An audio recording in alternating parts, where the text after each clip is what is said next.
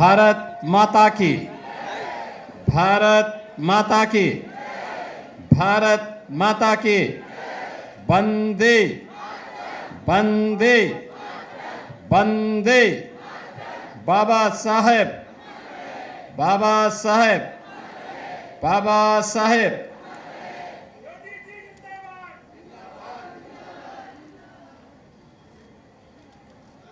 भारत के संविधान के शिल्पी, भारत रत्न बाबा साहब डॉक्टर भीमराव अंबेडकर जी के पावन जयंती कार्यक्रम में मैं सबसे पहले महान न्यायविद, भारत के संविधान के शिल्पी, महान अर्थशास्त्री बाबा साहब डॉक्टर भीमराव अंबेडकर जी की 135वीं पावन जयंती के कार्यक्रम के अवसर पर बाबा साहब की स्मृतियों को नमन करते हुए प्रदेशवासियों की ओर से उन्हें विनम्र श्रद्धांजलि अर्पित करता हूं। बहनों और भाइयों, आज पूरा देश भारत माता के अपने एक ऐसे महान सपूत का स्मरण कर रहा है जिनका पूरा जीवन एक भारत श्रेष्ठ भारत की परिकल्पना को साकार करने के लिए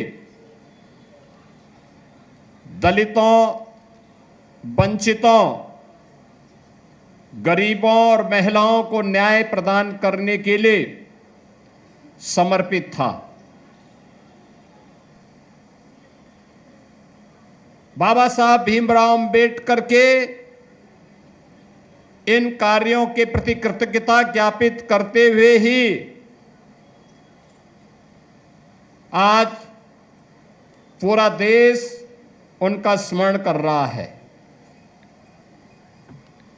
याद करिए, आज बाबा साहब की स्मृति को बनाए रखने के लिए जो प्रयास हुए हैं, हर दलित, हर वंचित, हर गरीब, हर महिला जब भी न्याय की अपेक्षा रखती है तो कोई रोशनी उसे कहीं से दिखाई देती है, तो रोशनी की आस कहीं से प्रारंभ हुई तो बाबा साहब डॉक्टर भीमराव अंबेडकर जी से शुरू हुई। और इसीलिए जो प्रकाश फैला है बाबा साहब भीमराव अंबेडकर का, आज उस प्रकाश को हड़पने के लिए वे स्वार्थी ताकतें फिर अपने तरीके से बाबा साहब भीमराव अंबेडकर के नाम का स्मरण करने का प्रयास कर रही हैं। घड़ियाली आंसू बहाने का काम कर रही हैं। घड़ियाली आंसू बहाने का काम कर रही हैं। ये वही लोग हैं जिसके बारे में अभी डॉक्टर लालजी प्रसाद निर्मल जी ने अपने भाषण में भी कहा, जिन लोगों को दलितों से, वंचितों से, गरीबों से, महिलाओं से नफरत रही हो, वे लोग, जिन लोगों ने सामाजिक न्याय के पुरोधाओं का अपमान किया हो,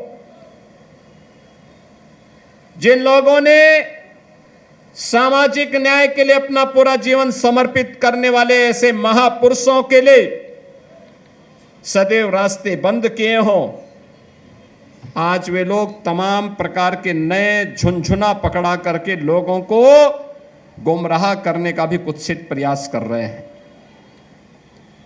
पूछा जाना चाहिए इन लोगों को कि वास्तव में बाबा साहब के नाम पर बने हुए जनपद, सद्गुरु रविदास जी महाराज के नाम पर बने हुए जनपद का नाम क्यों बदला गया? देश के सबसे बड़े चिकित्सा संस्थान केजीएमयू का नाम जिस महापुरुष के नाम पर था उसको क्यों बदला गया? भाषा विश्वविद्यालय का नाम क्यों बदल दिया गया? कन्नौज का medical college, government medical college, उसका नाम क्यों बदला गया?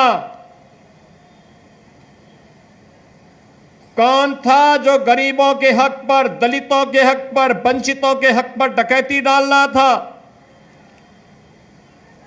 कौन व्यक्ति था वह जिसने दलितों को और वंचितों को मिलने वाले जमीन के पट्टे के अधिकार से उन्हें वंचित करने का कार्य किया था? और कौन वह व्यक्ति था जिसने स्वच्छ भारत मिशन के अंदर मिलने वाले हर शौचालय पे ब्रेक लगाने का काम किया था, हर गरीब को मिलने वाला प्रधानमंत्री आवास योजना को लागू नहीं करने दिया था? बहनों और भाइयों, वह नाम अगर आपके सामने आएगा तो कोई और नहीं, समाजवादी पार्टी के वर्तमान के मुखिया का नहीं नाम उसमें सामने आएगा। ये वे लोग थे जो चांदी की चम्मच लेकर के पैदा हुए थे। इन्होंने गरीबों की पीड़ा, दलितों की पीड़ा, वंचितों की पीड़ा को कभी नहीं देखा। और इसीलिए तो आपको बाबा साहब भीमराव अंबेडकर के प्रयास के जो जमीन का पट्टा मिलता था उससे वंचित करने का प्रयास किया था। मैं धन्यवाद दूंगा सी मरुण जी को, जिन्होंने कन्नौज के गवर्नमेंट मेडिकल कॉलेज का नामकरण फिर से बाबा साहब भीमराव अंबेडकर के नाम पर हो, इसके लिए मेरे पास आए और मेरा कार्यक्रम लगवा करके इन्होंने वहां घोषणा करवाई कि नहीं, ये बाबा साहब भीमराव अंबेडकर के नाम पर ही होना चाहिए। बहनों और भाइयों, ये लोग जो घड़ियाली आंसू आज बहा रहे हैं, इनकी वास्तविकता देखो।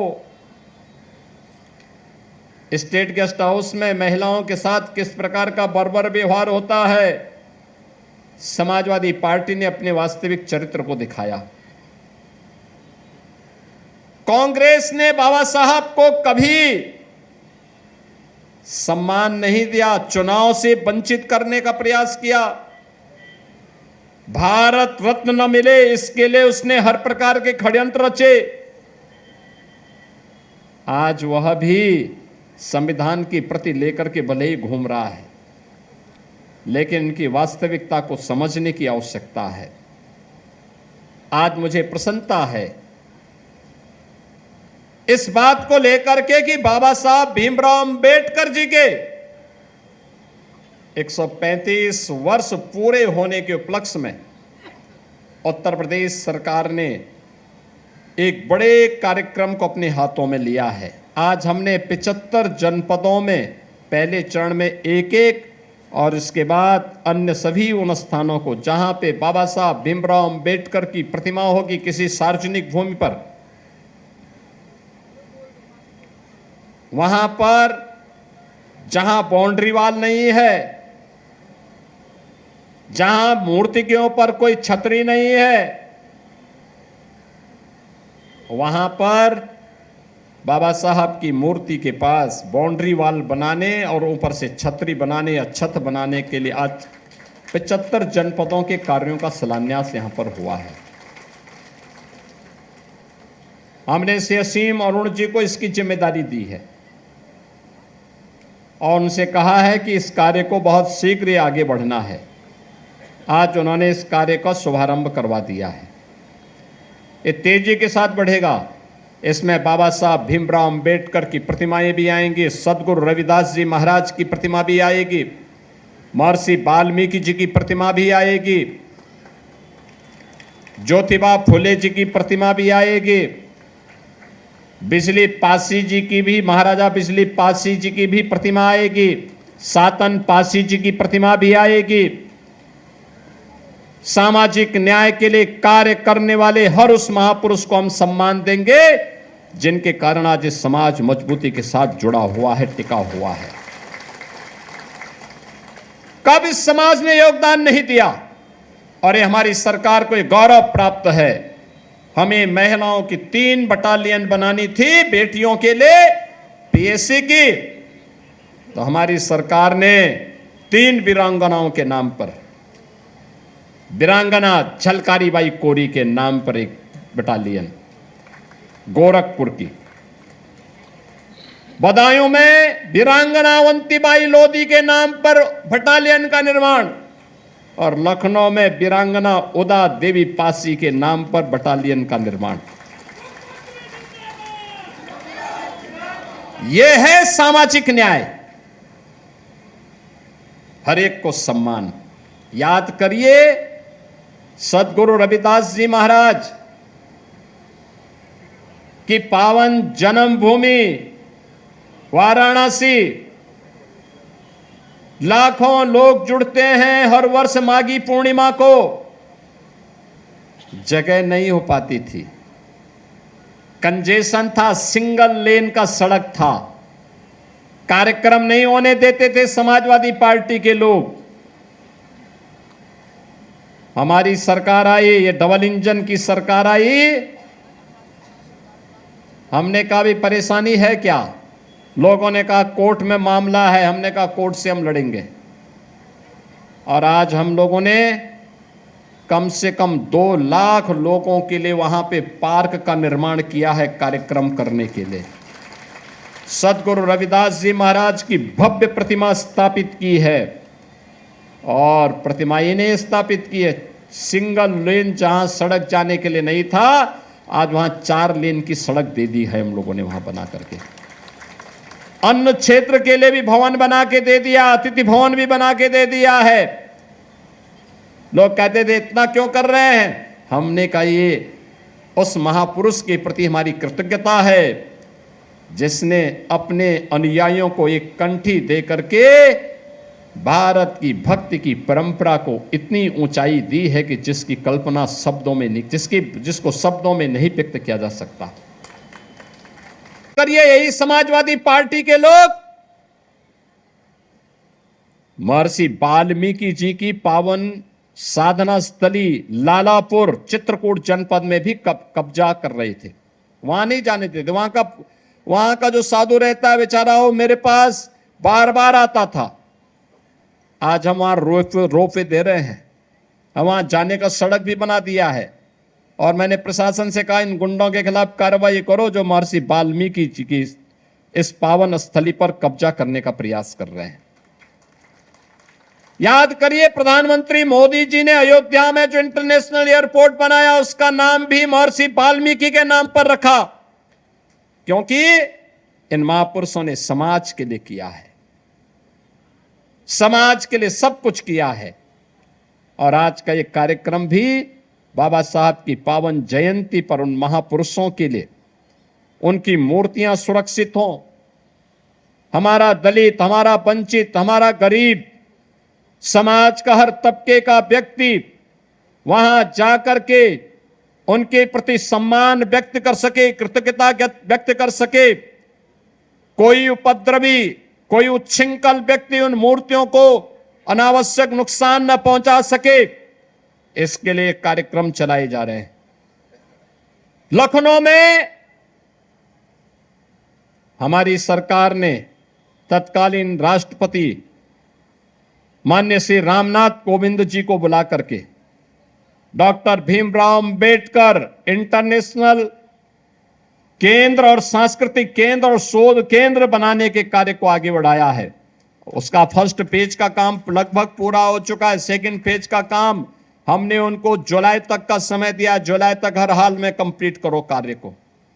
से लालजी प्रसाद निर्मल जी को और अवनीश अवस्थी जी को मैंने लगाया है, वे इस काम को जल्दी से कराओ, क्योंकि इन दोनों की जोड़ी बहुत अच्छी बैठती है और कार्य बहुत शीघ्र वह कार्य भी होने जा रहा है, जहां पे दलित बच्चों के लिए बाबा साहब भीमराव अंबेडकर के दर्शन पर शोध करने का एक प्लेटफॉर्म हम उपलब्ध करवाएंगे। सामाजिक न्याय के लिए जन चेतना जागरूक करने के लिए केंद्र बनाएंगे। ये सभी कार्यक्रम इसलिए तैयार किए जा रहे हैं जैसे समाज जान सके अपने महापुरुषों के बारे में। यह केंद्र यही लखनऊ में बन रहा है, छात्रावास भी बन रहा है, शोध केंद्र भी बन रहा है, ऑडिटोरियम भी बन रहा है, बाबा साहब की भव्य प्रतिमा का भी स्थापना वहां पर हो रही। कोई जाएगा, देखेगा, गौरव से गौरव की अनुभूति करेगा। बहनों और भाइयों, जब बाबा साहब की जुड़े हुए 5 तीर्थों का विकास करना था, तब कांग्रेस ने नहीं किया, तब समाजवादी पार्टी ने नहीं किया, तब प्रधानमंत्री मोदी जी ने इन 5 तीर्थों का निर्माण किया। 5 तीर्थ, मऊ, जहां उनका जन्म हुआ था मध्य प्रदेश में, भव्य स्मारक बना है बाबा साहब का। बाबा साहब के उच्च शिक्षा की भूमि इंग्लैंड में, उस भवन को खरीद करके और उस भवन को फिर से बाबा साहब का स्मारक बना करके दलित छात्रों के लिए वहां स्कॉलरशिप देकर के पढ़ाने की व्यवस्था प्रधानमंत्री मोदी जी ने किया। बाबा साहब का स्मारक भी इंग्लैंड में बनाया है। यही नहीं, बाबा साहब की सार्वजनिक जीवन को व्यतीत करने वाले दिल्ली के केंद्र में भी बाबा साहब का एक स्मारक, और दिल्ली में डॉक्टर भीमराव अंबेडकर अंतर्राष्ट्रीय केंद्र और सांस्कृतिक केंद्र का निर्माण यह भी प्रधानमंत्री मोदी जी ने किया। बाबा साहब की दीक्षा भूमि नागपुर में भी एक भव्य स्मारक बना है, और चैत्य भूमि मुंबई में भी भव्य स्मारक प्रधानमंत्री मोदी जी के मार्गदर्शन और नेतृत्व में ही बन पाया। ये 5 तीर्थ अगर किसी ने बनाए, प्रधानमंत्री मोदी जी ने बनाए। आज बाबा साहब भीमराव अंबेडकर के दर्शन के अनुरूप हर गरीब, हर वंचित, हर दलित के लिए जो विभिन्न प्रकार की सुविधा हो, राशन से लेकर के आयुष्मान कार्ड से लेकर के उज्ज्वला योजना के कार्ड से लेकर, कनेक्शन से लेकर के, बिजली के कनेक्शन से लेकर के, प्रधानमंत्री और मुख्यमंत्री आवास की सुविधा हो या शौचालय की व्यवस्था, ये सभी डबल इंजन सरकार की देन है। बहनों और भाइयों, मैं पूछना चाहता हूं उन लोगों से जो आज घड़ियाली आंसू बहाने का काम कर रहे हैं, वे गिनाए तो उन्होंने बाबा साहब के नाम पर क्या किया है, और बाबा साहब के दर्शन से क्या उन्होंने स्वयं प्रेरणा ली। जब मुख्यमंत्री बने थे तब तो दलित महापुरुषों के बड़े हुए जने जितने भी उनके यहां पे स्मारक थे उनको तोड़ने की धमकी देते थे, और आज घड़ियाली आंसू बहा रहे हैं। ये कड़वा कड़वा थू और मीठा मीठा गप नहीं चलेगा। ये समाज स्वीकार करने को तैयार नहीं है। असलियत समाज जानता है, और उसी असलियत को छुपाने के लिए आज ये लोग तमाम प्रकार की दलीलें देने का काम कर रहे हैं। बहनों और भाइयों, ये डबल इंजन की सरकार हर दलित के साथ, हर वंचित के साथ, हर अति पिछड़े के साथ, हर गरीब के साथ, हर नौजवान के साथ, हर महिला के साथ खड़ी है, हमेशा खड़ी है, मजबूती के साथ खड़ी है।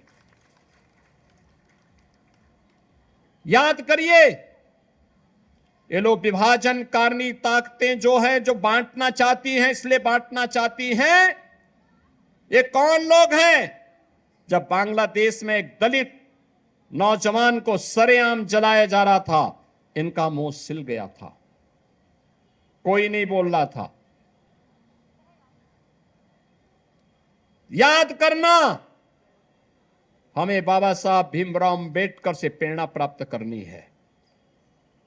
उनका दर्शन हमारे सामने है, उनका कृतित्व हमारे सामने है। पूरा भारत उनसे प्रेरणा प्राप्त कर रहा है, क्योंकि बाबा साहब ने कहा था, मैं पहला और अंतिम रूप से भी एक भारतीय रहूंगा, हमेशा भारतीय रहूंगा। वह योगेंद्र नाथ मंडल की तरह बहके नहीं।